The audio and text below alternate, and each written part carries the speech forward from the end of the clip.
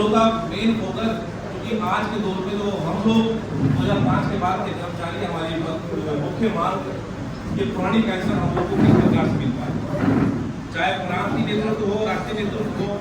जिला स्तर का नेतृत्व हो, सबसे सिर्फ एक ही मांग हम लोग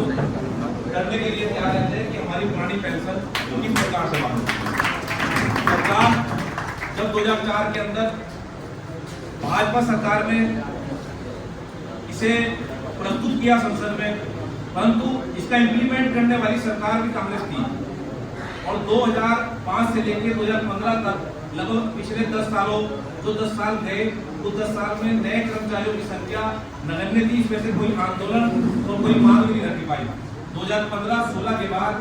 पुरानी पेंशन के कर्मचारियों की संख्या इनके द्वारों की बढ़ने लगी, अब आंदोलन भी मुखर होने लगे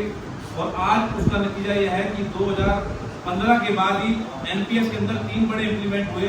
वो केंद्र सरकार ने करे। उसके बाद एमपीएस को यूपीएस में लाकर वो भी केंद्र सरकार ने करा। चाहे उस समय की सरकार रही हो और चाहे इस वर्तमान की सरकार रही हो, जो भी विपक्ष में गया सिर्फ उसने अपने लेटर हेड में लिख दिया कि इन्हें पुरानी पेंशन देनी चाहिए और सत्ता में आते ही वो लोग इस चीज को भूल गए। और उनके साथ साथ हम लोग जो हमारा कर्मचारी संवर्ग भी रहा, वो कहीं ना कहीं किसी पार्टी के पीछे लग गया, किसी नेता के पीछे लग गया और वो उस कारण से हमारी समस्या अधूरी रह गई और आज भी अधूरी है। एनपीएस को खत्म करने के किनारे पर यूपीएस लागू कर दिया। अब यूपीएस में 25 साल में या 25 साल की अगर नौकरी होगी तब आपको 50% पेंशन मिलेगी, परंतु जो आपका कॉर्पस कटा है जो सरकार देगी 14%, वो भी आपको वापस नहीं मिल रहा। ये सरकार ने उसको स्पष्ट कर दिया। तो हम तो अध्यक्ष से बात करते हैं कि भले सरकार उसका नाम यूपीएस रख दे, नरेंद्र मोदी पेंशन स्कीम रख दे, आदित्यनाथ पेंशन स्कीम रख दे, हमें कोई मना नहीं करता, लेकिन हमारी बेसिक का 50% हमारा कॉर्पोरेट जो जमा है उसका जो वर्तमान में 7.1% का ब्याज है वो, और साथ में ग्रेच्युटी, नकदीकरण, राशिकरण, लीव इंक्रीमेंट सभी सुविधाएं दे दे, भले पेंशन का नाम उसका कुछ ही रख दे, हमें कोई मतलब नहीं। तो ये हमारी एक महत्वपूर्ण मांग है और 8वां वेतन आयोग के गठन सरकार ने कर दिया है।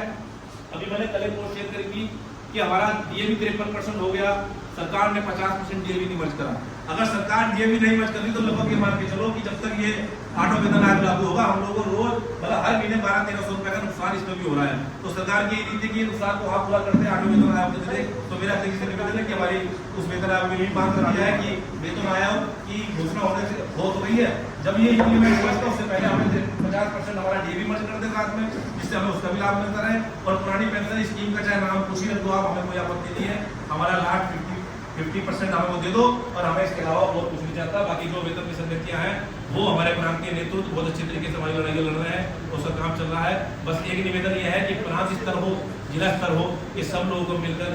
एक मंच पर आकर काम करना चाहिए, चाहे किसी भी संगठन का आह्वान हो, लेकिन जब संगठन का आह्वान हो तो सरकार को दिखना चाहिए भी सारी कर्मचारी इसी संगठन के साथ है, चाहे वो संगठन कोई सा भी हो, क्योंकि लड़ाई सभी हमारी लड़ रहे हैं, चाहे वो 8वें वेतन आयोग की हो, चाहे वो पुरानी पेंशन की हो। जय संघ, जय महासंघ, जय भारत।